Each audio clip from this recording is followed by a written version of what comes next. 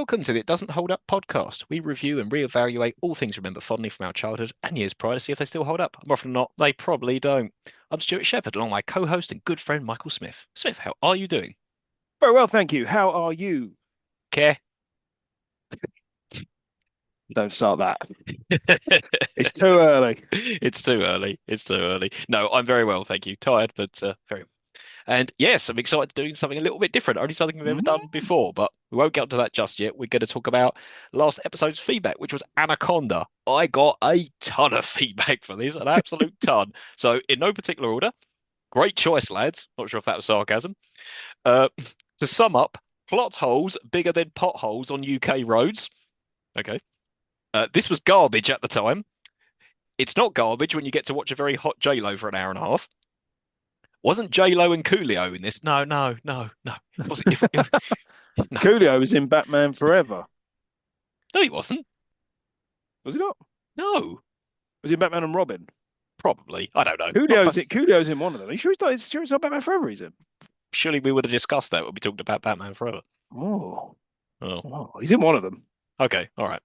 Uh, they have snakes this big, and then finally, I went back and showed my wife that bit with Eric Stoltz when he was talking French. I turned the volume up really loud. She listened about 3 or 4 times, and all she could make out was the last things he said was "with my team." So I think Eric Stoltz literally went, and then the French equivalent "with my team," like "avec mon pâté" or something like that. You know, so, Hmm.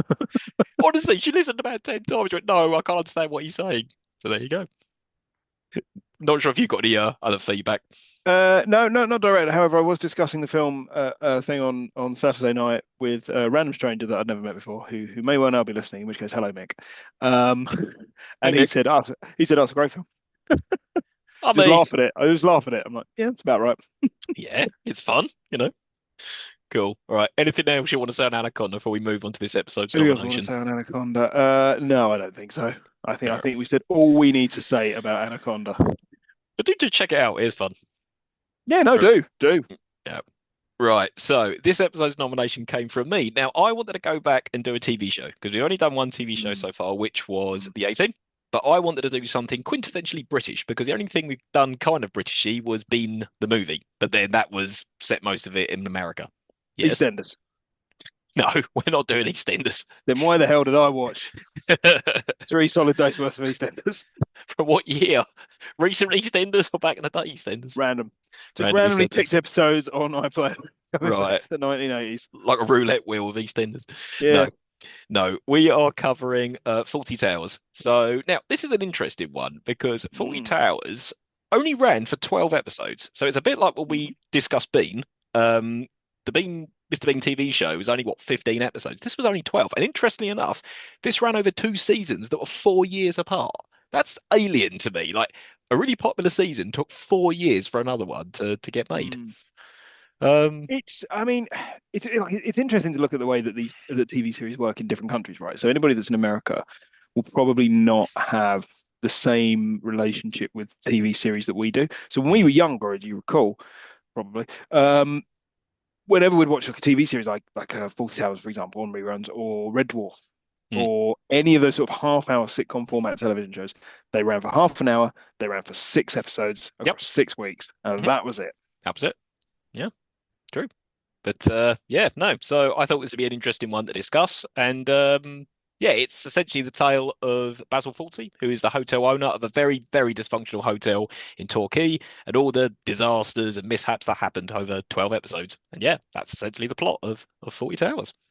But yeah, as mentioned, it came out in 1975, 4 year break, and then there was another series in 1979. So in terms of scene setting, that makes it a bit all over the place. Plus, me and Smith weren't alive when this came out. As you pointed out, we would have watched it on reruns. So what are we doing in terms of this section of the podcast?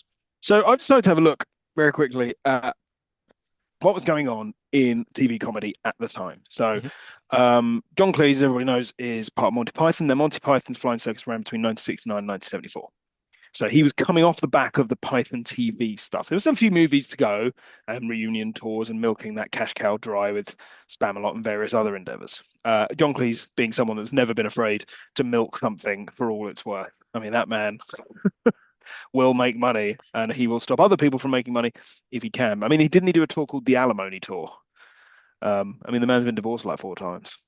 Oh yeah. What's the Uh, alimony tour? No, I haven't heard of it that was one. he did like a comedy speaking tour called like the Alimony Tour, Oh, okay, I didn't which know is that. like him just trying. I'm sure that was him. Anyway, so I decided to have a look at 1975 in particular. Now, the 1970s are considered, I think, by some to be sort of like a golden era of British TV comedy.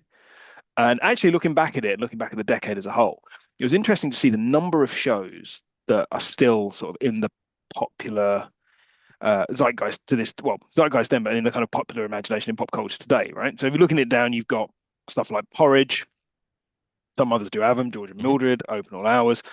There's sort of less good ones like Eight and a Half Hot Mum, but still ones that are recognizable to most people today, probably through reruns on UK Gold and various other TV series, TV stations. You've also got stuff like Reginald Perrin and Rising Damp, which both starred Leonard Rossiter, which hold up massively well to this day, just Hmm. mainly because of him. He's very, very funny, and he does that specific character very, very well.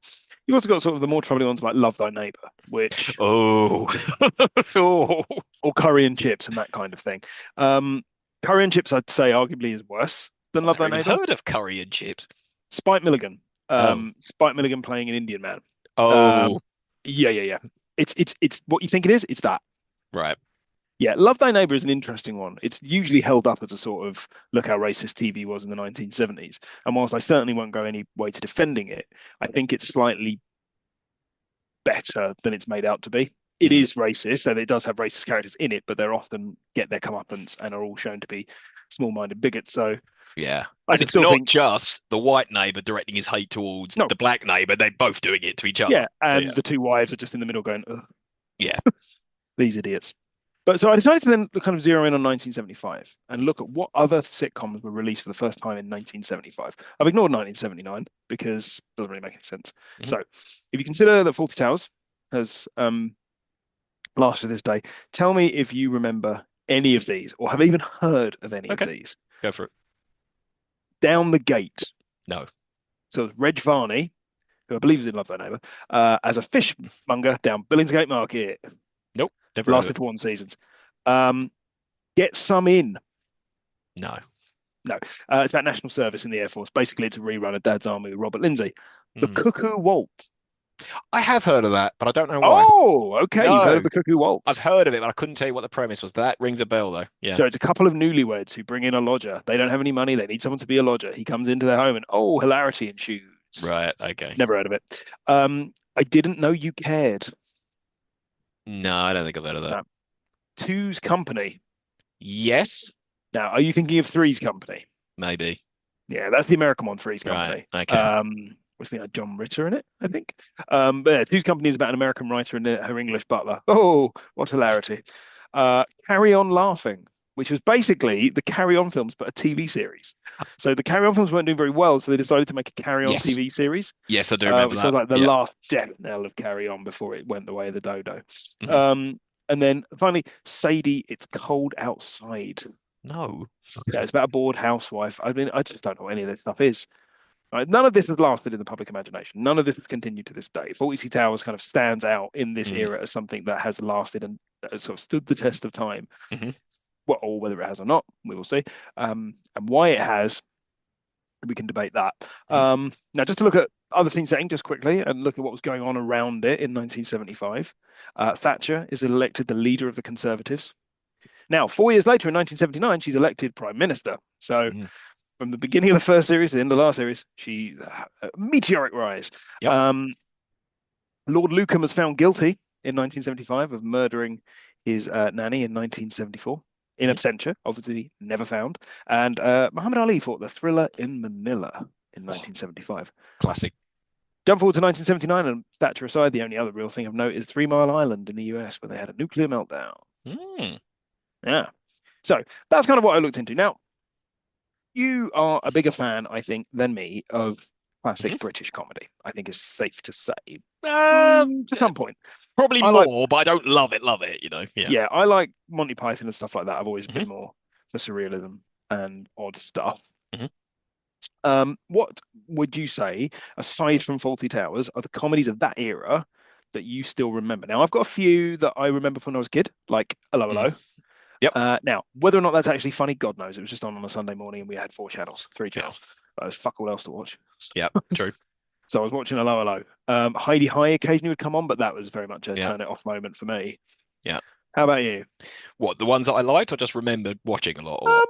I mean, the ones you liked and the ones you remember, the ones you didn't like and Uh, why? Okay, well, this is 1970s, but only Fools and Horses, obviously. You mentioned it. 1981. Yeah, you mentioned it already. Some others do have them. Mhm. Open All Hours. Didn't really like Porridge. Didn't, yeah, couldn't really get with that. I always quite liked Porridge. I didn't mind it. It was often on a Friday evening, as I recall. Yeah. This one doesn't really count because it's a sketch show, but I thought the two Ronnies was really, really Mhm. fucking funny. Really funny. Oh, when you look down the list of 1970s TV comedy, Yeah. you go, it is Ronnie Barker is all over it. Yeah. No, of course. Yeah, no, the main ones was probably Fawlty Towers, Only Fools and Horses, some others do have them. Now, Because where then do you later on stand? you had go on. No, no, go on. No, I said because then later on you got stuff like One Foot in the Grave, but that's like the 90s. So yeah. Yeah, yeah, yeah. Where do you stand on things like Are You Being Served? No, I didn't like that. Didn't See, like I it. always rather was rather fond of Are You Being Served, Hmm. and hello, hello. I did not care for something like Keeping Up Appearances, No, it wasn't funny. which no, it wasn't funny. And I was never particularly fond of One Foot in the Grave either. Oh, no, I thought that's hilarious. It's still It was hilarious. funny from moments, but I don't know. Anyway, I could just picture that's me when I'm an old man. I'm going to be Victor Meldrew. So kind of like what it do you when mean when you're an yeah, old man? exactly. You moaning bugger. Yeah. You're just shaking your fist at people walking by you. Get off my drive. I get really annoyed at people park across my drive. So yeah, I mean exactly like him. Yeah, no. So no, that's interesting for seeing it. But I guess that sort of leans nicely into obviously we didn't watch it live when it came out because we weren't alive. So No. how old were you when you first came across Fawlty Towers, and how did you watch it? Now that is an interesting one. Mm, As I said, I've always liked Monty Python. I've always liked the Python films first, and then the yep. Flying Circus I caught up with later, but I was always a big fan of it. Now, I was never particularly, I never sat down and watched all of Fawlty Towers, actually, as I Mhm. realized in reviewing some of this. Okay. And I would have caught snippets of it on TV here and there, either um, around friends' houses. I'm pretty sure Craig, our friend Craig, showed me it on video at least once Hmm. because I mean, it's something he was very fond of. Yep. Um, and yeah, snippets probably on UK Gold, which I believe is Interesting. now called what's that? No, I don't know what it's UK called now. TV, I think it's called now. Something like that. It's Yeah. always having a spring clean and changing its name. Now, I've got an interesting one with this because I always remember it being on in my house. My dad loved this show. So Mm. he recorded it off like BBC Two when we had like a Betamax player when it was on in like the early 80s. So there'll be reruns of that. And then when that machine went to kaput, didn't really watch it. And then I can remember going on shitty holidays to the Mediterranean and it'd be on in bars when we were out there because I always remember the one with the imposter, the guy who's got the bricks in the briefcase and that. And but I hadn't watched it properly, a bit like you, snippets. And then in 1995, they for the 20-year anniversary, they put the repeats back on a Saturday night on primetime telly, and that's when I watched all 12 episodes. And Oh, then, okay. yeah, that's how I watched it properly. So it wasn't until 1995 I watched all 12 because they showed both season one and season two back to back over 12 weeks on Saturday nights. And then obviously I watched it when it went to UK TV. And then eventually I got, if you're watching on YouTube, this DVD box set. Oh, they're So very yeah. similar to my Blu-ray. Oh, you got the Blu-ray. You didn't watch that unorthodox link that I sent you. No, no, I didn't watch that perfectly legal Now, streaming link that you sent to me. actually, No, if I you could, went down to my church CX and bought myself right. the 3 disc Blu-ray collection. Actually, flash that up a second because I'm going to make a point about this later. My copy of my DVD is a PG, Smith's is Yeah, a 12, and there is I a can massive imagine why. warning on the back of a load of racist language. But yes, we'll get Ah, to it. yes, Yeah. contains a single use of bleeped strong language Yeah, I don't know and what that is. racist language. The racist language, yeah, but I don't remember the bleep strong language. That would It have been like could be, fuck or well, shit or so there is something. a whole disc kit on this Blu-ray set, which is the It might be the documentary. bonus. Yeah, it's probably that. It might be in the Yeah, documentary. I haven't watched the documentary yet, I must admit. cool. All right. So yeah, we were both kind of kids, teenagers when we watched it, almost Mm. certainly on reruns. Mhm. Cool. But I must admit, I have not watched this box set for about 20 years. So yeah, it was all Ever. falling You had to apart. prise the cellophane off it before you get it No, out. no, I watched it a lot when I was younger, but yeah, the discs were scratched the fuck. Like it wouldn't play on my PlayStation 5. I I had to will put it on my DVD player. Can you believe that? I will add that the Blu-ray box set that I bought, I don't know if you can get it from reputable sellers, but I bought it from CX, secondhand, still 15 quid. Um, Wow. yeah, when you put the discs in, you can tell who this is made for because you put it in, you press play, it comes up in very large letters, Fawlty Towers Disc One, and a very received pronunciation British woman goes, Fawlty Towers Disc One. which is the only time I've ever encountered this in a DVD. And I can only assume it's for the old boys and girls that are putting it on and aren't don't have good enough eyesight to realize which one they put on. Well, that's weird. My DVD don't do that. That's weird that your My, Blu-ray it's does that. it's weird. It did it, and I was sort of like, okay, thanks, Blu-ray. Yeah. Right. Should we delve into the two episodes? So I could just imagine someone going, "Oh, God, I'll get up. I'll be there in 5 minutes. I've got to get Yeah. across the living room." Send your hate mail to Sorry, one Michael Smith. please do, and ask your nan to send me her hate mail. Yeah, she will. Right. Now, just like I did for the A Team, I've chosen two episodes. However, this time I've done them across two seasons because in the A Team, I took two episodes that were back to back in season one because it seemed to be, the most relevant for the A Team because then it started descending into madness as it went along. So I've picked one episode Because from it season started off one. so sane. I know. No, so this one I've picked the very controversial episode, The Germans, which is the Hmm. final episode of season one. And season two, I've picked The Kipper and the Corpse. So we will explore both of those. So, Hmm. right, let's start. So, Germans. Now, this one's interesting because the title card starts outside the hospital. The title card normally starts outside the hotel every time. And then there's a running joke with the sign, which Yeah. we'll come to when we discuss the next one. So, yeah, this one starts outside the hospital. And we see that Basil is there with his wife Sybil, and she's having an operation for an ingrowing toenail, and she's bossing him around. Now, this is interesting, right? Because Sybil is meant to be almost like the sympathetic character, when really she comes across as a bit of a cow. Whenever you watch any episode of this, like he's fucking outrageous and insane, but she's not much better.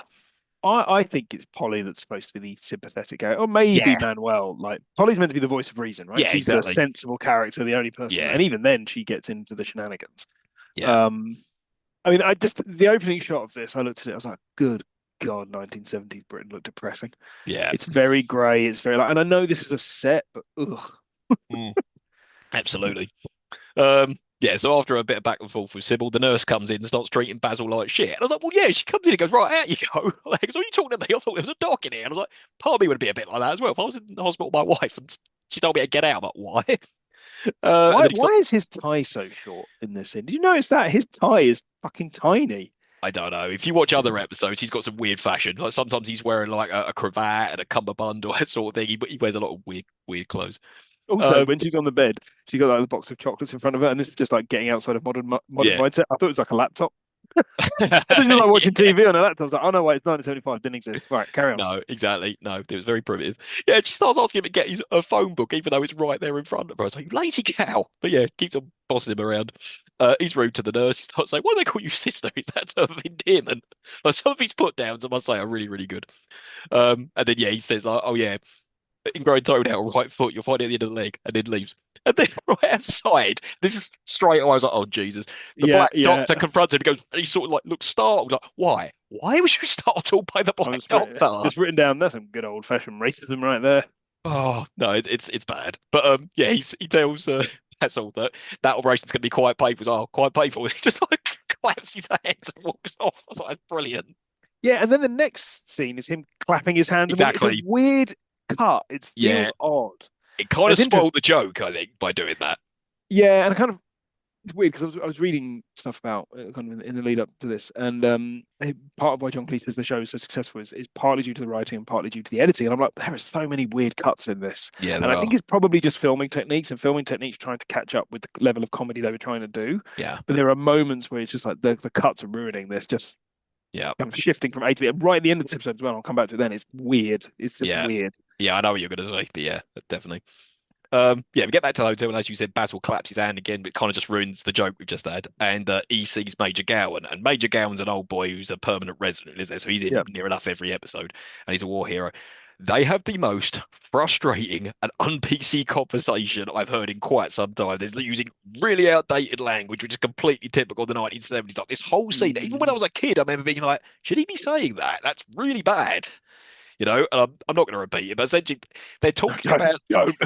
they're talking about Sybil being in hospital, and then they start talking about women in general and start being, Mhm. really chauvinistic and that sort of thing. And then suddenly Major starts telling a story about how he took a girl to see cricket at the Oval, and then this girl started referring to the players as very racist names. And then he corrects her, no, they're actually called that. I'm like, oh my God, just stop.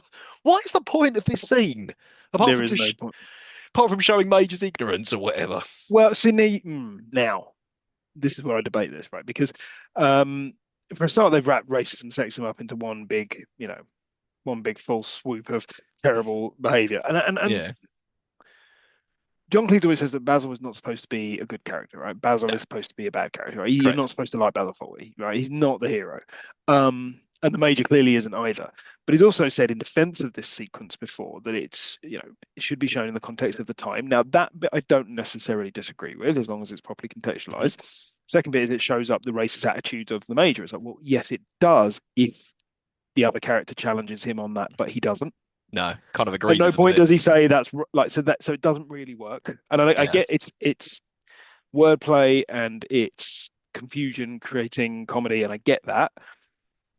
But to defend it as anything other than a snapshot of the time in which it was recorded and released, I think is trying to be revisionist about what you were doing. Yeah. It's like, well, I was trying to show up as racist behavior. No, you weren't. No, you were. You just, this is how a stereotypical old man would be talking, like, Yeah. yeah. And it's interesting as well. If this scene is ever shown, sorry, this episode is ever shown on UK TV or whatever, there is a warning at the start, contains racist language. And that's why your Blu-ray says that as well. Well, it's And from, because also they originally they cut it out, and mm, then he complained. John Cleese complained that they'd cut it out, and so they put it back in, yeah. but with a warning, which is Well, fine if you watch it right from the very beginning. It's not fine if like you're a young black person or any person uh, tuning in halfway through the fucking episode. yeah, yeah, absolutely. And it's the same with Only Fools and Horses now. Like a lot of the episodes, they're either they cut the racist language out, or there's a warning at the start. So Yeah, yeah, not good. Um, yeah, Major's just an idiot anyway. He's always getting confused with what they're talking about or that sort of thing. Like one minute he thinks they're talking about women, then he thinks they're going back to his story about Indians. It's like, no, no, you're just a fucking idiot.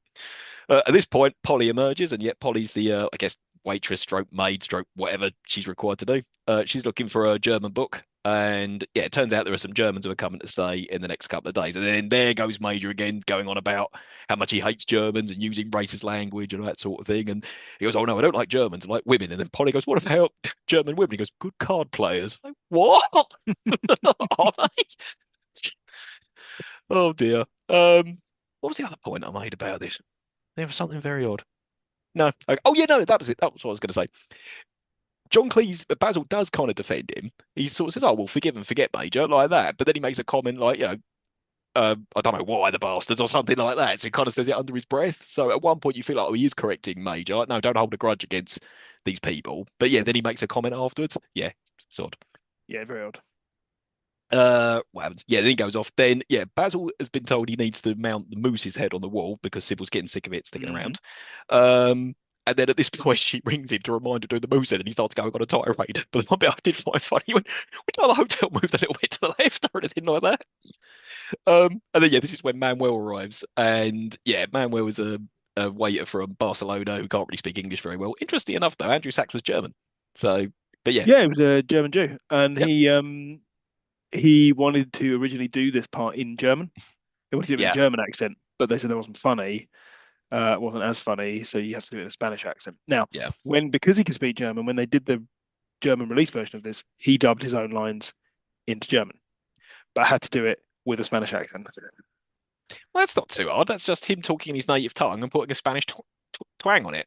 Yeah, I suppose. Yeah, I mean, it is slightly difficult to do a voice and then do an accent in that voice. yeah, I guess.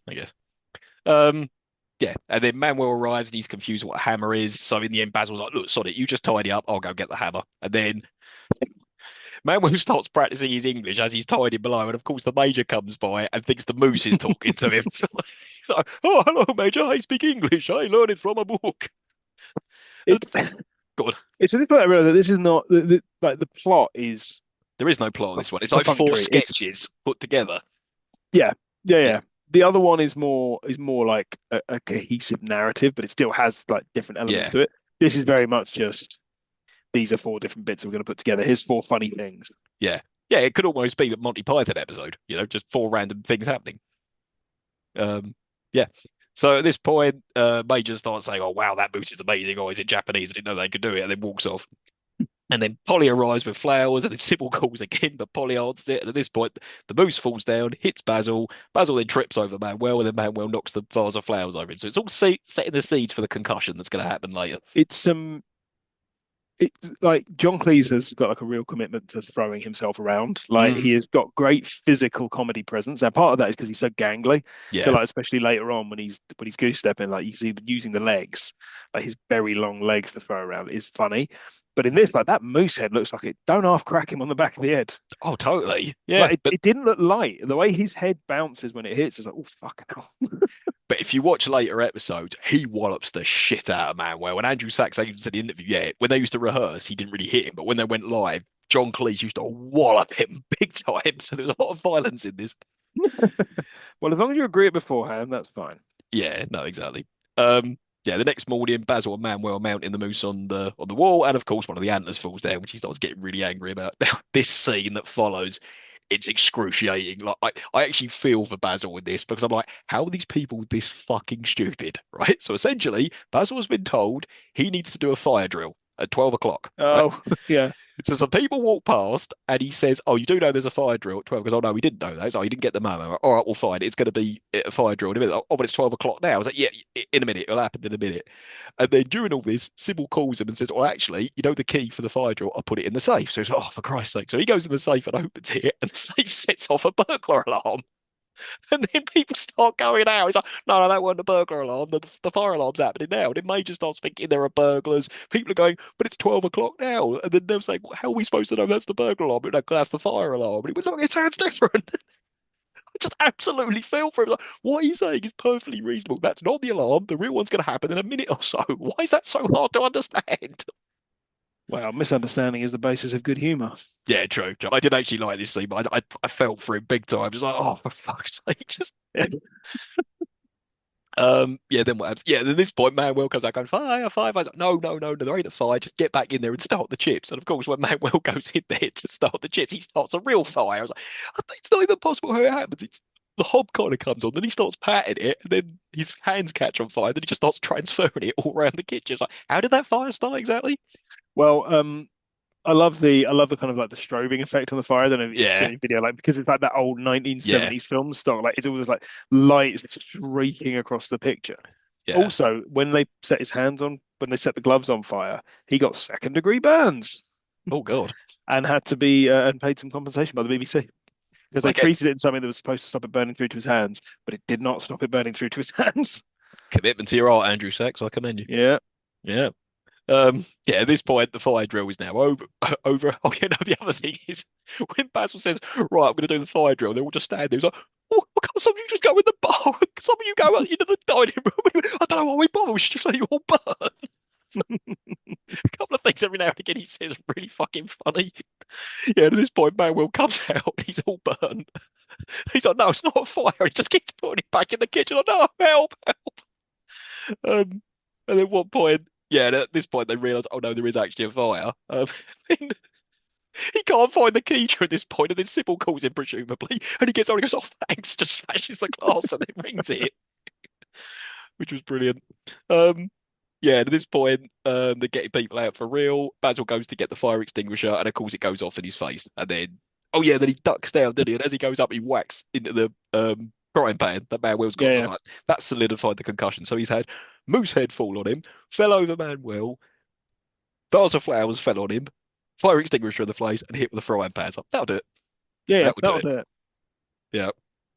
And then the rest of this is just, oh. And it's funny as well. This episode is called The Germans. The Germans are only in it for about 7 minutes, right? Yeah, yeah. It's very like it could be called the fire alarm. It could be called anything. Yeah, yeah, no, totally.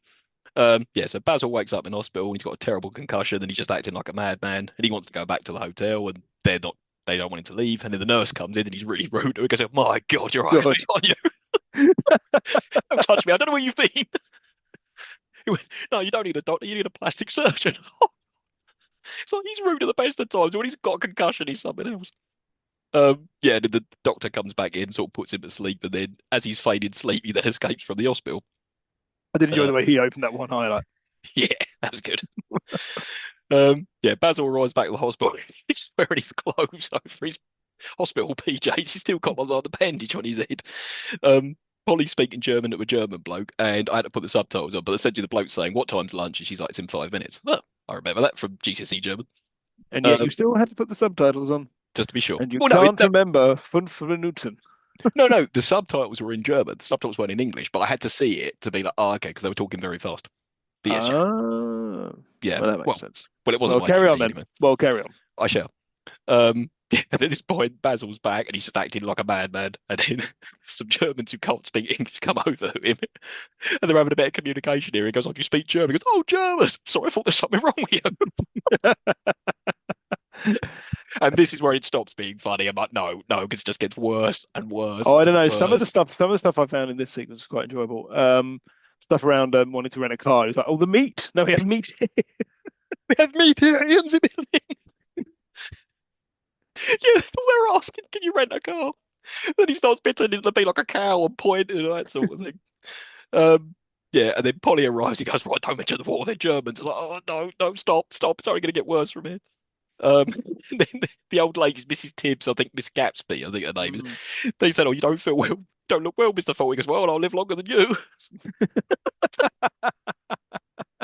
The put downs is what makes it for me. Yeah.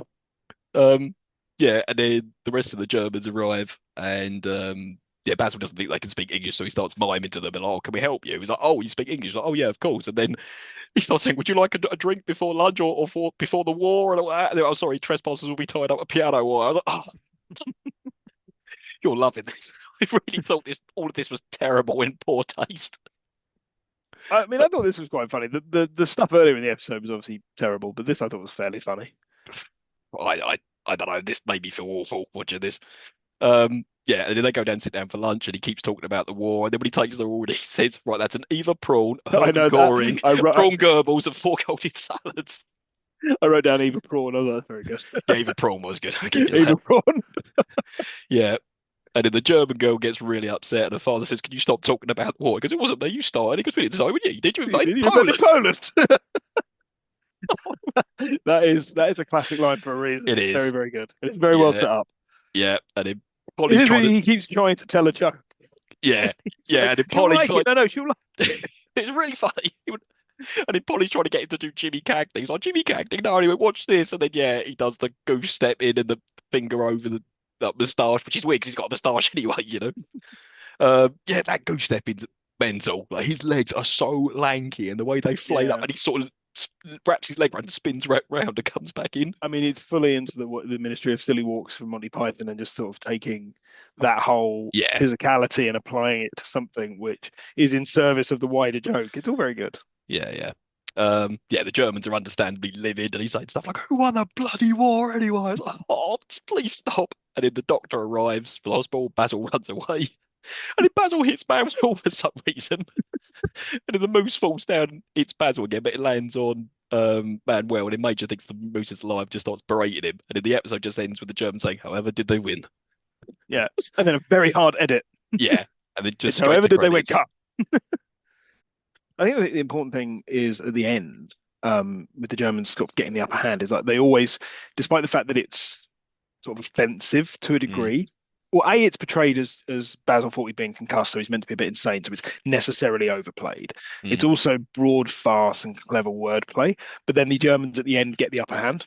And that's always the way that this kind of farce thing works, is if the person that's about the joke at the end is able to sort of shake their head and have the moral high ground, mm, then then it works. In the same way as like you got the racist stuff earlier in the episode, which is bad because then you've got the Black Doctor, yeah, who is displayed as being one of the only competent people in the entire thing. yeah, So exactly. he's not portrayed badly. Where you kind of lose it a bit there is A, as I've said before about the defense of sort of the defense argument about some of the language doesn't hold up. Mm. It's also he's probably the only black character in the entire run of the show. I think he was. Yeah, yeah, And that's I mean, okay, it's 1970s British comedy, right? yeah, Um, but yeah. So I just think it's I find that the race stuff is definitely like troubling, and there is some argument to be said that you don't need to have it in at all, yeah. even with a warning, like what does it serve? No, What I found interesting on the DVD is that there isn't an option to have it without it in, so it kind of means if I ever have kids and I'm going to show them this, I ain't showing them that. no, that's bad. You can't. Yeah, because you have to keep Can't show them that apologizing. bit. That's what happened back then. It doesn't happen now. I was like, yeah, but it shouldn't have happened back then, should it? Yeah, You know? or you'll have to fast forward through that bit and go just fine. We'll just get to the bit with the Germans. Yeah, but even that's offensive. But yeah, I guess it's explained because he had a concussion. And if you, yeah, 'cause that was my question. If he didn't have the concussion, how Yeah, would he have behaved with them? Because Basil is only nice to people of high status because he wants them to yeah. improve the hotel, right? Anyone who serves no purpose to him, he's fucking rude to. So I wonder if he would have made a little couple of snide comments about them being German and the war anyway. So I do I think wonder. he may have done, but then Yeah, I think he thinks they are going to improve the hotel because they're international guests. yeah, that's true. So I think he would have been nice to them. Yeah, I think it's legitimately down to the fact that he's got it's the line that really made me laugh is when he says to Polly, "Don't mention the war. I mentioned it once, but I think I got away with it." yeah. And he said it about 10 times. Yeah, Yeah, yeah, and I'm like, okay, that's funny. yeah. Anyway, All right. Should we move on to the other episode, we which is should. so that's on series two. I think it's episode four. That's the Kipper and the Corpse. Now, when I was a kid, that was my favorite episode because that's the type of comedy I Ah. like. Fucking around, running around, trying to hide from people, don't get caught, and that sort of thing. And I just, yeah, I found this one really, really So funny when like I was a kid. broad slapstick. Yeah, yeah, yeah, big time. It's almost like a Laurel and Hardy sketch or something like this, Yeah, But yeah. So yeah, yeah. this one starts off a bit more traditional. We get the title card outside the hotel. Now, you're made to believe it's a running joke. Every time the episode starts, the sign that says Fawlty Towers, someone's messed with the letters. So this one says Fatty Owls, right? And then other times you get Yeah. Farty Towels and Flay Otters and all that sort of thing. And it's revealed in one of the episodes, it's the paperboy doing it. At the start of the episode, you see the paperboy is messing around with the Yeah. letters. It might even be the last ever episode you see it was the paperboy doing it. I'm pretty Um, sure that I read something that said only one of them is an actual anagram. oh, and the rest of them they've just taken letters off and all that sort of Yeah, thing. yeah. Yeah, yeah, that One of makes them's a full sense. anagram. He's got Yeah. weird twats in it. But Yeah, I can't remember what it was, like posh twats or something. I don't know, something like that. Yeah, so we start off with the Major's having a drink with Mrs. Chase with her dog, Prince, I think his name was. ah, Um, little bollocks that dog is. oh God, I I hate people who humanize dogs. I love dogs. Oh Let me yeah, be oh, clear. I love absolutely. dogs. People who humanize dogs, they're just it's sickening. It's like, oh, come on. But yeah, this woman's really obsessed with this dog, and Basil comes over and says, "Oh, would you like another drink?" He goes, "Oh no, he'll have a little saucer of milk." And he basically said, "No, look, man, we'll deal with that. I'm busy with the humans." Um, and then Jeffrey Palmer turns up in his I know. episode. It's like, I was like, ah, oh, Jeffrey Jeffrey Palmer. Palmer. He's great. He's Dr. Price, and he asks for sausages, which is going to be a running theme in this episode. And I think later on he did like TV adverts for Wolf sausages and stuff like that, which must have been where it came from this He's also episode. in at least one Bond film. Yes, Tomorrow Never Dies. I think he's in with Judi Dench. I think he might be in The World Is Not Enough as well. I admire him in the world. It's not enough. Think no, I think he's in more. I think he's in more than one. Yeah, which is funny because when he's Playing opposite the same Judi character. Dench, they were in that as time goes by, weren't they? That Yeah, sitcom. that was terrible. Yeah, that was terrible. Another one to add to the terrible one. Yeah, yeah. Yeah, so there's no sausages available, but he's placated with ham sandwiches. So this is what was interesting is they said, "Oh, chef will have locked them away." It's like, what? Doesn't you have the key? Only chef has the key. But what's he locking it away for? Your sausages go in the It's fridge. sausages. Like, who's going to a hotel and just breaking into the kitchen and nicking all the sausages? I mean, I know the 70s were rough, but it wouldn't be that rough. No, exactly. Yeah, that Look, it's makes hard sense. times. We're locking our sausages away. It's like the modern equivalent of Tesco having one of those alarms on the packets of mints. Oh yeah, yeah, because people nick them. Yeah, no, sausages were hard to come by in Devon in the 1970s. But yeah, Basil is like, she's like, "Can you make some sandwiches?" He's like, "No, fuck off," because it's for Dr. Price. Oh, it's for Dr. Price. Yeah, yeah, no worries, I'll do that. This space really funny as well. Some of the put downs he's doing to the guests. Like he comes over to this couple and goes, "Oh, would you like another drink?" Goes, "Oh, no, it's getting a bit late. We better go." And he goes, "Oh, well, I'm sorry, I've kept you." We see that Sim was on the phone talking crap to someone, Oh, smoking a fag. this was quite funny because he was clearly talking about the guy that comes out. He's like, oh, he wasn't here with his wife this time. It was that other one. This one's big, like, oh, hello. Oh, I didn't even twig that. Is Yeah, that what she's she's talking talking about about? him and the different women he keeps turning up Oh, because he's obviously an older man and with a younger woman, and right. she's clearly talking about the different women he keeps coming into the hotel with.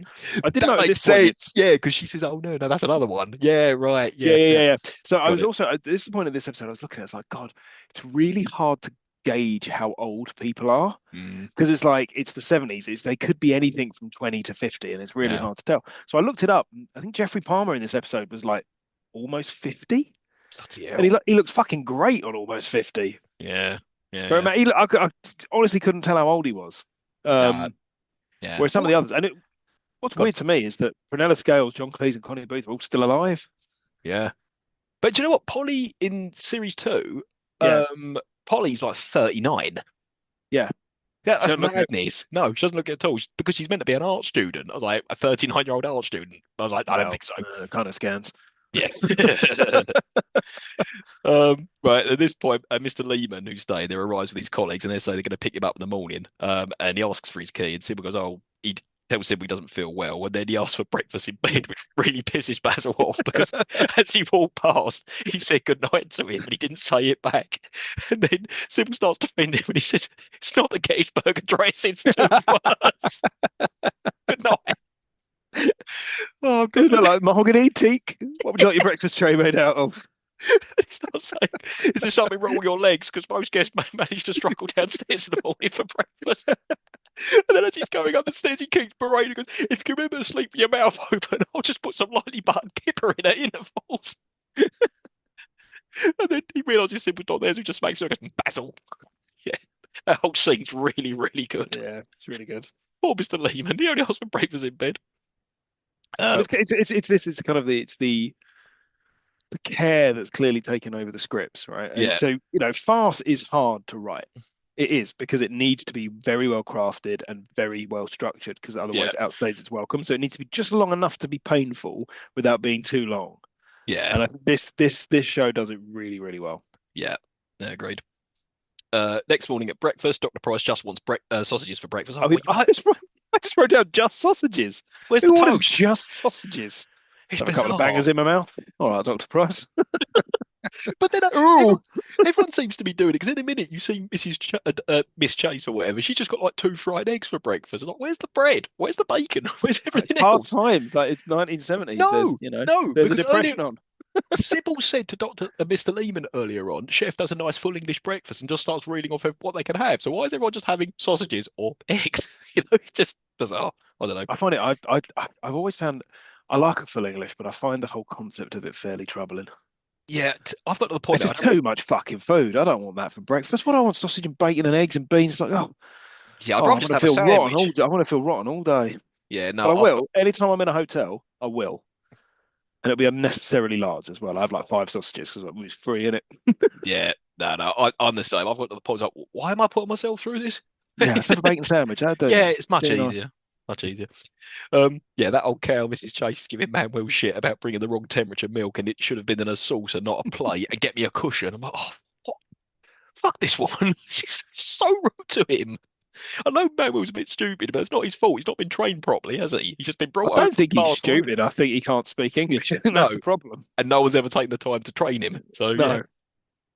Um, yeah, Baz was in the kitchen and he's getting angry about the car strikes and starts panicking about the out-of-date kippers that they're going to give Mr. Lehman and Terry the chef. Now, interestingly, Terry wasn't in the first series. He's No. in season two only, and I'm glad he is because he kind of adds a bit more depth to it. Well, they put him in. I was reading about this. They put him in because they thought the hotel looked slightly understaffed and under resourced Yeah, because there yeah, was only like four of them in there. yeah, So they put him in, and apparently John Cleese told him to act as though police were after him for some sort of unnamed crime. yeah, So that's why he's always acting really shifty. yeah. No, he's perfect in this role. I like Terry in this. Yeah, Manuel's back at Mr. Chase's table, and he misunderstands the bowl and the cushion situation. He's like, "No, put it, no, put that down. No, not up there. No, put it underneath him. No, the cushion, the cushion." And then the dog ends up biting him, and then she says something really racist. She goes, "Do you not have dogs in Calcutta?" I was like, "Oh, just does he look Indian, you? For God's sake." At this point, Holly misunderstands as well because he says, "Right, cut it up, cut it up." Instead of cutting up the dog sausage, she just starts cutting his eggs. I said, "No, not my eggs, the sausages." Why would she want her eggs cut up? Um, yeah, at this point, what was it? Yeah, he tries to Then buy the dog, Polly. then the dog bites Polly. Yeah, that's it. And they go to the kitchen and she starts putting a load of Tabasco sauce and pepper all over the It sausages was and take so back. weird to see Tabasco sauce. I Mm, didn't realize it was a thing in like the no, 1970s. I just me thought it was neither. like, okay, all right, we've already got Tabasco, have we? And And it they've ain't not bothered changed. changing. No, they've not changed their branding one No, bit. not one bit. Basil takes Mr. Lehman's breakfast upstairs. He doesn't realise he's dead, even though he's clearly like hunched over and stuff. And he starts going into a tirade about the car strike. Now, at this point, he must have forgotten the milk because Polly goes up to give him the milk. Basil's coming downstairs and he's moaning to Sybil and Terry, and just like no one's listening to him whatsoever. Uh, the dog's in distress after being spiked, and I always remember the dog dying in this episode for some reason. I think he just gets really, really sick after, being poisoned. And then yeah, Polly announces Mr. Lehman's dead to everyone in the kitchen, and then Manuel tells her that, and Basil immediately thinks, "Oh, it's because he ain't knows how to take it." He doesn't care that someone's dead. He's just there that he's going to go to prison. Um, I mean, I would, to be fair. To yeah, be fair, if it was my hotel, I'd be like, right, shit. And he runs in his room and he goes, I'll get 20 years for this. And he starts opening the windows and trying to throw the kippers out of them. And then Polly explains that no, he's been dead for hours. He hasn't even touched the kippers. And then Basil starts celebrating and jumping around. And that's when Dr. Price walks in. He's like, immediately goes, oh, starts did you pretending notice to cry. when he kind of realizes and goes to run upstairs, you see the set wobble, something rotten Oh, as he's yeah. running up them stairs. The whole thing just shakes. It's like, Yeah, okay, there's only like four set pieces. There's the bar, there's the reception, there's the yeah. upstairs bit, and there's the dining room. That's it. There's And four there's a set couple of pieces. bedrooms. Oh, yeah, a couple of bedrooms. There you go. The bedrooms look shite whenever you see inside them. 1970s shitty hotel. Yeah, and the fact that she's based in Torquay, I was like, Torquay's lovely. I was like, this did not look lovely. This looked horrible where they were staying. Because even there's a few exterior shots in other episodes, like this is a dump where they No, are. it's not filmed. It's not filmed in Torquay. No, no, no. Then what happens? Yeah, then Dr. Price arrives because, to examine the body, and he can't believe Basil didn't realise he was dead beforehand. He goes, well, I thought he was a bit quiet. And then as he starts defending himself, he says, this is a hotel, not a Burma railway. Then during all this, everyone starts staring at him. He goes, what are you staring at when there's a kipper sticking out your jumper? I went, oh, that's found it. Um, and this is the bit I couldn't understand whatsoever. Sybil tells them we're fully booked today, so you're gonna have to put the dead body in the office until the undertaker comes. I'm like, this is 8 a.m. People don't check out till 12, and you're not normally allowed into a hotel till 3. Why couldn't they have just left the dead body in Well, Mr. Lehman's room? that's now. You don't know what it was like in the 1970s. Also, Undertaker might not start till 2. Yeah, I suppose. I also love that they'll call the Undertaker. It's like, what? He's just got one on speed dial. Why? Why? If someone said to me, "Call the Undertaker," I'd be like, "Well, A, I don't know Mark Calloway in person, Uh, and B, I don't know the fucking number for an Undertaker. What are you talking about? well, maybe they've had a Maybe I couple of should call people the. die over the years. It must Maybe I happen. should call the police. Maybe that's who you What? should call first. No, I don't think you would call the police if someone's just died naturally. No, but he Yeah, but wasn't you even that can't. old, was it? Is it No, you'd call the police. You'd call the police and the ambulance to come and get him. You wouldn't be calling the Undertaker and arranging his No, funeral. yeah, but the doctor already told them you can just call the Undertaker. So I think that's what it is. Because then You he call his phones the coroner. call his family. Maybe they didn't know who his family was because he got the people coming to fetch him later. Anyway, we're going off topic. We're going off topic. Yeah. Right. Right. And then Sybil starts making up his bill. She goes, oh, we won't charge him for breakfast, but we'll just put it back in his wallet. I was like, this is where she proves to be a shit person. I was like, you're more concerned about him paying for his fucking meal. I mean, I would be. Yeah. Oh, this bit was funny. One of the ladies, I don't think it's Miss Tibbs, I think it's Miss Gatsby. She goes, oh, you're very cheerful today, Mr. Fawlty. He goes, oh, yes, well, one of the guests has just died. And she goes, oh, you are wicked. And then, yeah, this is where we get the farce of Basil and Manuel go and get the body. And then they're trying to carry it out. And then Miss Tibbs sees that he's dead. And then she starts getting all hysterical. And then Polly slaps her. He goes, oh, that's great, isn't it? Two down, 25 to go. They see She people. properly clocks her. Yeah, yeah, she does. I think even the audience go like, "Ooh."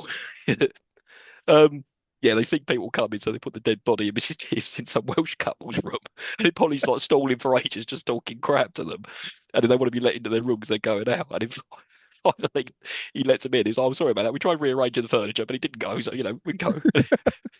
At this point, Miss Tibbs, this bit really cracked me up. Miss Tibbs starts moaning from the closet. She goes, oh, and then Bam goes, oh. They just start singing, we're all going to sunny Spain. And then Bam's like, don't worry about him, he's from Barcelona. He starts doing flamenco dancing as well. Because Basil calls it a distraction, pretending he's stabbed on something, and Emmanuel comments him, he just starts flamenco dancing. Oh dear. Um, what's that? And then yeah, Miss Tibbs comes out. Yeah, that's it. She comes out. The cupboard. No, I want you about this hiding in people's cupboards. No more for you today. That was funny. Yeah, it was good. Um, then what happens? Yeah, this seems a bit weird. Like Sybil's comforting Miss Tibbs in a room to give her tea or something. I was like, this seems a bit unnecessary, but I don't know. Maybe they needed to pad the episode out. Uh, Yeah. We need to we, run. We need it to run to 29 minutes. yeah. We see that Welsh couple have booked another room at a hotel. They leave, and then Manuel and Basil are carrying the body at the office when the major arrives. And of course, This he is weird. misunderstands. The Welsh couple are talking about where they could book the hotel, and I swear to God, he says the one by the prophylactic emporium. I was like, Yeah, the prophylactic emporium. I think that was an in joke for some reason, and I can't remember what it was about. But yeah, Because prophylactic is a condom. yeah, I think that's the That's joke. the oh. Like Well, yeah, why would you the want to con. stay in a yeah, but that's the joke. Why would you want to stay in a hotel by a really shitty place? But there must be 40 towers is so crap, we're quite prepared to go and stay over there type Right, right, thing. right, Yeah, right, that's how right. I read it anyway. Okay. Just Uh, weird choice of words. yeah, yeah. Um, yeah. Major misunderstands how he's dead. He goes, "Oh, shot was he?" It's like, "No, no, he sleep." He went, he went, "Oh, well, you're off your card then, aren't you?" Yeah, that made me laugh quite a lot. Yeah, Dr. Price wants his sausages because all that time he was examining the body, like breakfast is finished. So Basil starts to cook them, he leaves them unattended. That's when he hears Mrs. Tibbs scream because she's gone to the room and found the dead body again. She's lying on the floor. And then Manuel and Basil start to take him into the kitchen. But then someone else comes, so they go outside, and then that causes a distraction because the Welsh couple was like, "What's going on here?" And they crash their car. Which poor couple, they didn't do anything wrong. Mrs. Chase arrives with that fucking dog and wants him to call a vet. It's like, yeah, he ain't doing that. That's what Manuel take the body into the kitchen. They put it on the table, and the sausages are all burnt. And Dr. Price is absolutely horrified to find the body in there, so they just put it in the linen bin instead.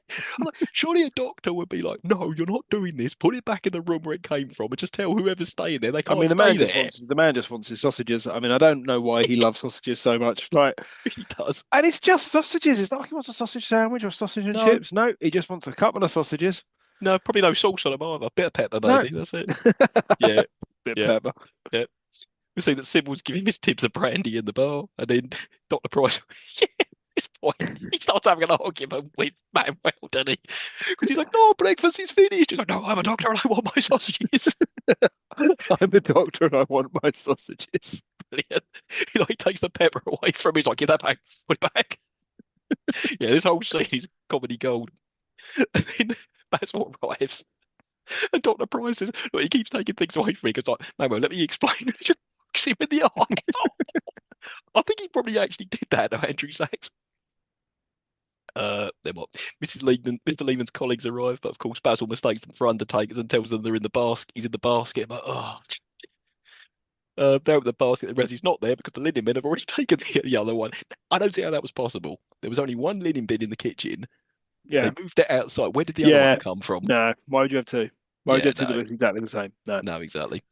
Yeah, they stop the truck and then there's smoke coming out of the kitchen again when the sausages are burning. And then we get more fast with the colleagues and Basil not realizing who they are. And then eventually the penny drops. And I think Holly does this a lot in these episodes. She goes, "Oh, I thought you said this, or I thought you said that." She goes, "Oh, I Yeah. thought they said not Mr. Lehman, the Lynn." He's, "Oh, brilliant." And then he leaves Sybil to explain what's actually happened. Get Basil and Manuel carrying the basket upstairs again. And they go into Mr. Lehman's whole room. It's been occupied by some bloke and he's blowing up a sex doll. And the way Basil just goes, "Oh, sorry." Just goes, not even horrified by it.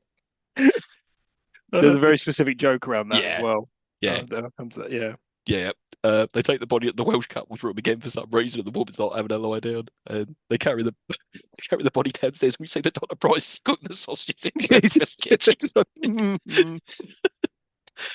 In reception, Manuel quits. He's had enough. He just gets it at the basket, and then Basil hides the body behind the coat rack. But of course, one of the colleagues wants his hat back. He goes, "Can I get my hat?" He went, "Oh, no, I'll send it to you." He went, "I want it." He went, "What if you lose it?"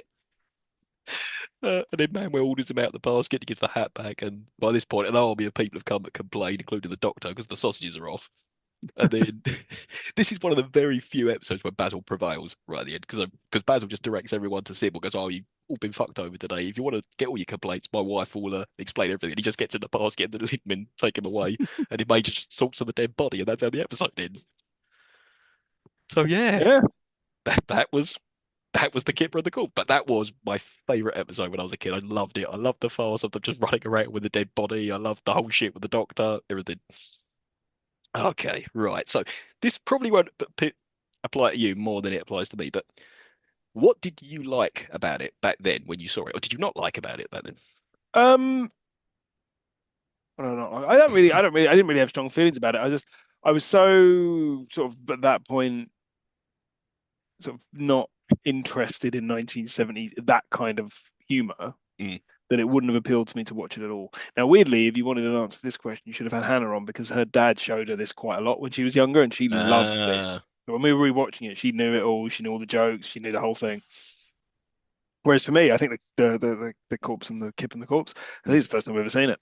Okay, so it was fresh to you. All right, so let's flip it on its head. What did you think of it then? We've discussed how you felt about the. Actually, no. Let's start again. What do you think about the Germans episode? Touched about it a little bit.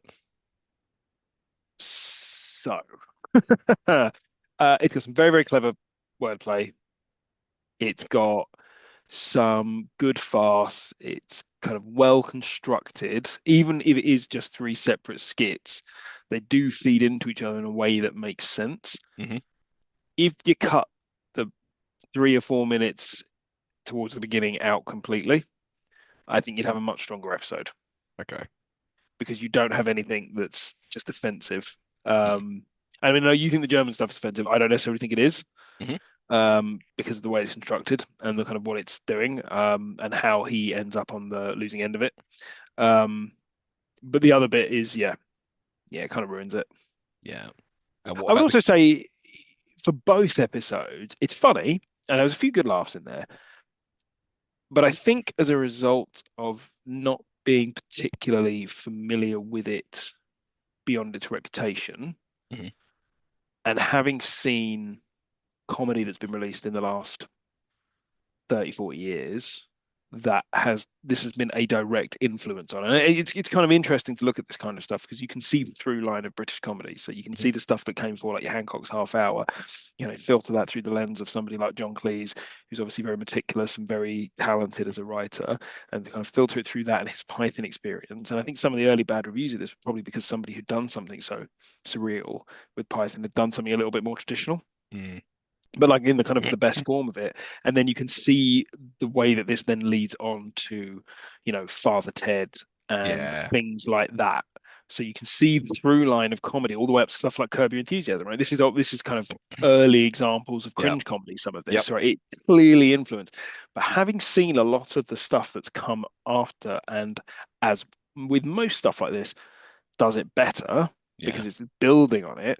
You watch this now and you're like, it's very good. It's very well constructed. Is it laugh out loud hilarious? Not really. No. It's more like, oh, that's good. Yeah, like, it's not, you know, racism aside, it's not bad. Mm. Um, I think I was kind of we were watching it, and kind of I was thinking, would you get away with Manuel today? Would you get Probably away not. with? No. Well, no, but you say that, right? And I was thinking about this because you're thinking like, when was the last time you'd have this kind of character playing, not an ethnicity, but a background that wasn't theirs? And you think, well, you watch What We Do in the Shadows. Yeah. Cavan Novak and Natasha Demetriou are not sort of Central Europeans, and they are doing Mm. broad True. European accents, right? So you True. do still get it. Like it's not as pronounced, perhaps, I um, think you would but it get still away with it. happens. I think you'd get away with it if more people would point out Manuel's not stupid. He just hasn't been trained properly. Like if you have more And that's supporters, you know? that's the defense. It's the Yeah. defense they certainly give is that it's not taking the piss out of Spanish people. It's taking the piss out of hotel owners that don't train up their staff properly and leave Yeah. them to flounder. Which, again, I don't know if I buy that necessarily. Mm. Um, I think that's applying modern eyes to something that at the time wouldn't have been questioned. So it is Yeah. just a stereotype, I think. Um, Well, it's throughout. There's an episode called The Builders in the second episode of season yeah, one, and the builders are Irish, and they're stereotypically stupid, incompetent, don't know what they're doing, and they're the butt of all jokes, and they do really yeah, shoddy work like that. And I'm like, so how do you explain that one then? So it's revisionist. They're like, oh no, but we meant this, but we meant yeah. you didn't, didn't. You didn't. In the same way that you weren't bringing, you weren't challenging the racist views of the major in that episode. You weren't. You were just doing something, using it as wordplay because it was accepted. Yeah.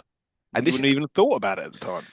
And this is the problem I've had with this because the German episode made me cringe. Like I was like, there was a couple of jokes in it, but like the Kipper and the Corpse I had fun with. But this is where I'm really torn. I'm like, it, shit that was acceptable back then, is it now? So I'm gonna muse over my verdict. So before I Hmm. do that, why don't we go to Smith Trivia? You've covered a lot Smith of it trivia. already, but whatever we I've covered some bits and bobs in the others. So the main one, which I think is the thing that most people who are familiar with the show know, is that Basil Fawlty is based on a real person. Mhm. So Basil Fawlty is based on a hotelier called Donald Sinclair, and his wife Beatrice Sinclair was the inspiration for Sybil.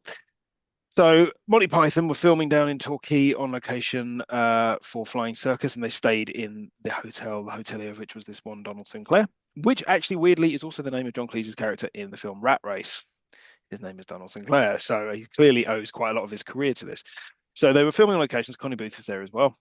They found this guy to be rude and obnoxious and bizarre. So he challenged Terry Gilliam repeatedly on his overly American table manners and once threw Eric Idle's briefcase out of a window through fear that it may be containing a bomb. So clearly not a well man. Yeah. His daughter, years after the fact, said that he never watched a single episode of it, but she watched it and immediately went, "Yep, that's Dad." Um, the place was called the Glen Eagles Hotel, which gets referenced in the show. One of the other episodes got demolished in 2015. Has now been built as an old folks' home called Sachs Lodge after Andrew Sachs. That's a nice nod. Yeah. It was filmed in Buckinghamshire. The place where they actually filmed it Mm. was turned into a nightclub called Basil's That's funny. afterwards for a few years before it burned down in Oh, 1991. So the actual exterior of the building doesn't exist anymore, so you can't go and visit shame. the filming location. In the BFI, named it in 2000, the number one greatest British TV show of all time. I wonder if you revisit that now, whether it would still feature so highly. I would say probably not. Mm. Channel 4 also named in their 100 greatest TV series Basil Fawlty as the second greatest TV character of all time. I remember that. Do you care to guess who was number one and number three? Del Trotto was the first one. No, no, that's not what I have here. Oh, okay, we'll go in. Who's? I had Oh, Homer It was Simpson. Homer Simpson. It was Homer And Simpson. the I and the remember. third one, it was number one was Homer Simpson, number two was Basil Fawlty, number three. Was that Del Trotto? No, it was Oh, Edmund Blackadder. oh, makes sense. He is pretty Yeah, awesome. Blackadder is a show that really fucking holds up. Oh Like God, yeah. that show is great. That's why we're not covering it. Every single season is really good. Yeah. Yeah, even season three, which is the weakest. And no, Yep. wait, one's the weakest by far. Still good. Still good. It's watchable. It's not Yeah. great, but it's watchable. Um, so there was a TV show called Doctor in the House, which was co-written by John Cleese prior to Fawlty Towers, featured an early version of the character. So he had a hotelier character that appeared, played by a different character, a bit different actor, but basically the same as Basil Fawlty. Yeah. So a version of it. The BBC rejected the first episode, called it cliched, and that nobody would ever watch it. And John Cleese was paid very little money for the first series, about £6,000, which even with inflation did not amount to much Yeah. in modern money. Let's see what else have I got here. Yeah, the 4 year gap between series, I think I may have mentioned, was due to Connie Booth being unwilling to participate. She didn't want to do the second series, so it had to be talked into it. And obviously, between the seasons, her and John Cleese got divorced. Yeah. So by the second series, they were still apparently on fairly good terms, but divorced. The Young Ones and The Office both claimed that they used the inspiration of Fawlty Towers to only do two series. Ah, Keep it relevant, to keep it fresh, to keep it from overstaying its welcome. Something that American TV shows could do well to follow with their 20 agreed. fucking seasons. TV series that have claimed it as an influence include Third Rock from the Sun, Cheers, and Father Ted. Hmm. The guy who played the chef was in The Long Good Friday He was. He was. I remember that. as Alan, I believe. Hmm. And the guy who played the Major has a tie to another film that we've done Oh, on what this is show. it? Care to guess? It would have been an English film.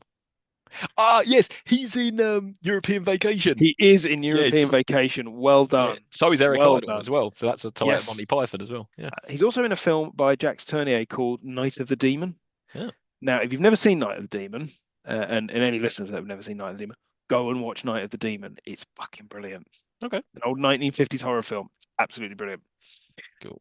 Um, Oh, you were going to mention about the sex doll in the room. yes, I will get to that. I've got a few more bits to get to. Oh, please. I've got quite a lot of bits here. It was originally dismissed on release, and people didn't like it very much. But then both Series 1 and 2 won Best Scripted Comedy BAFTAs, Mhm. so it sort of helped raise its standing. There have been three American remakes. Ugh. Yeah. In 1978, Chateau Snavely, starring Harvey Korman, who was in the Star Wars Christmas special, Hmm. and Betty White from The Golden Girls. Only went to pilot. 1983, Amanda's with B. Arthur, also from The Golden Girls and the Star Wars Holiday Christmas special, aired 10 episodes. Hmm. 13 were filmed. And then in 1999, there was one called Pain, which I've actually seen. Yeah, me too. I It watched it was with on you. TV. It's Yeah, yeah, awful. yeah. It was on like Channel 4. Yeah. The Yeah. thing is, right, and that was with John Larroquette, most famously the guy who provided the voiceover at the beginning of the Texas Chainsaw Massacre. Hmm, Um, 9 episodes produced, 8 of them actually made it to air. Now that means that despite only having 12 episodes, it has aired more episodes than any of its proposed remakes, crazy. even though they were American. And the problem with all of these is, and I've not seen Amanda's or the Chateau Snavely pilots, of course I haven't. Pain, it's just like they call it the same thing, but it's not the same thing. No. It's just about a guy who runs a hotel. It's like it's not. Stop saying that it's a remake because all you do is American remakes all the time is they take something, go, we're going to remake it, but we're going to take everything out of it Yeah. and just keep the very bare bones premise, and we're going to make our own thing, and no one will like it. There was also a German pilot was produced, but never made it past the first episode. Yeah. Andrew Sachs in 1981 attempted to release a version of Joe Dolce's "Shut Up, Your Face." You know the song? Yeah, of course I What's do. the matter, you? Yeah, Hey, it's great. uh, in his Spanish accent. Oh, But Joe Dolce threatened to sue him, and so it fair was enough. never released. Brilliant. John Cleese and Andrew Sachs reprised their roles in 2007. This is, I need to see this, for a 6 episode corporate business video for the Norwegian oil company Statoil. I don't Okay. understand that sentence. No, I don't. I've never But heard of that before. I Yeah. think it's a corporate series of corporate videos where they're playing, Mm. but from like 2007. They were all So well I, old. yeah, the Fawlty Towers play was on in the West End. I don't think it's on No, anymore. I think it is. Is it a Oh, play is it still on? or is it a So dining it's three. experience? No, no. So it's 3 episodes smashed Okay. together. Okay. Started in Australia because the Australians love Fawlty Towers. They Mm. premiered it in Australia, tested it out there, then brought it over to the West End back in 2024. It's basically the Germans and 2 other episodes slammed together to Mm. create a single 2 hour show, which is basically like the Only Fools and Horses musical. It's just nostalgia. Yeah, It's yeah, so yeah. people who know the show can go and go, oh, I remember this from the show. Yeah, yeah. Um, and as a result of that being put on in the West End, John Cleese legally put a stop to the Fawlty Towers dining experience, Right. I did wonder. which he'd sort of let go for years. Mm. And then it was like, oh, actually, you're going to eat into our into our profit. So nope. Um, let's see. Got that. Right. Okay. 2 more bits and then I'm done. The inflatable sex doll was a character called Mr. Ingrams. So Mr. Ingrams was a reference to somebody called Richard Ingrams. Now Richard Ingrams was the editor of Private Eye and good friends with John Cleese and wrote a very bad review. So in revenge, he put a character called Mr. Ingrams in a hotel with an inflatable sex doll. Love it. And very finally, I've already said earlier that Andrew Sachs dubbed his own lines into German. They changed the nationality of Manuel for different international releases. So in Spain, he was Italian, Mhm. and in France, he was Mexican. God knows why. God knows why. But that is all of the Smith trivia that I have. Interesting. There's been rumors as well of a third Oh, series. there's There was always a. John Cleese said he was going to do a third series where him and his long lost daughter would open a hotel abroad or something, or there was a talk of a film in the 90s where Basil would go to Barcelona to meet Manuel's Yeah, family, I'd heard of that but one. spend most of it in prison. After so I think the thing was he went to the airport, got stuck at the airport 14 hours, then got onto a plane, then a hijacker tried to take over the plane. Basil stops the hijacker, but then when they say they're going to turn the plane around, he threatens the pilot to take it to Barcelona because he doesn't want to turn the plane around. And then yeah, it sounds terrible, and they Yeah, should yeah. never have done it. No. There's also been often talk of an unaired 13th episode. People have claimed for years that there was an episode either filmed and not aired or written but not filmed. There was absolutely no evidence to suggest that's true. Mm. Okay. I've had a lot of time to muse over this. So, final verdict. Does it hold up? Without watching all of the episodes, it's hard to say, but Yeah. I will go out on a limb here and say, as a an example of early form fast, not even early form, like mid form TV fast comedy, the influence that it later had, and for the way in which it is constructed, I would say yes, Okay. I think there's a with lot of caveats. yeah, yeah, with caveat. And also, I'll point out there's some real dross episodes. There's some really excruciating ones. There's one like called Walled Off Salad, which is awful. It's like some obnoxious American bloke comes to stay and all that. And there's other ones where there's a a wedding anniversary that Basil forgets, but he doesn't forget. Oh, that's all horrible. But then there are some gold ones, like the Kipper and the Corpse was really good. There's a couple of others. So I think the question I asked myself was, would I watch this again? And it probably is yes. So I think on that, I'm like, yeah, I'm gonna say it holds up. It borderline didn't because of all the fucking racism, but if you caveat it, then yeah, Yeah, yeah. I think I think with a few caveats and with context on its side. Okay, so we think it both holds up then. Right. So our next episode's nomination, which is you, Smith. So what do you choose? Mm. What do you got for us? What are you choosing? So I think I'm going to take a slightly different tact this time. Okay. So previously we have picked films that we enjoyed when we were younger, Hmm. and that we would like to revisit and see if they still hold up as well as they do in our memories. So what I would like to do this time is take a film that has received wisdom of being a classic that I have never enjoyed. Okay. Turning it on its head. Go on then. Yep. So what I'm going to choose for this time is E.T. the Extraterrestrial, Wow. The hate mail is going to come flying towards you. a film I have never enjoyed, but I have not Interesting. seen in a long time. So this will be an interesting test of the opposite. Can a Hmm. film that I watched when I was younger and did not enjoy speak to me more as an old man? Okay. Why not? Something a bit different. So yeah, I'm going for that. Hmm. Right. So yeah, next time we meet, we will be discussing E.T. the Extraterrestrial. Cool. All right. So just going to plug our socials before we get out of here. So you can reach us on email at it doesn't hold up podcast at gmail.com. We're on Instagram at it doesn't hold up podcast. We're on Twitter, or X as it's now known, it doesn't hold up pod. On YouTube at it doesn't hold up podcast. And we are on Spotify, Apple Podcasts, and all other good places to listen to podcasts. And remember, please give us a good review on all your platforms. And remember, we welcome all suggestions for things for us to cover.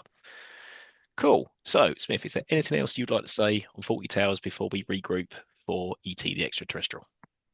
All I'd like to say is don't mention the war. I mentioned it once. I think I got away with it. Indeed. And I just want to say to you, as all.